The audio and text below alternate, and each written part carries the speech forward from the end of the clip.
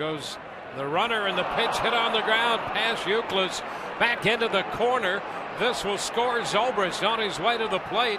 Going to be a double for Keppinger, and the Rays lead 1-0.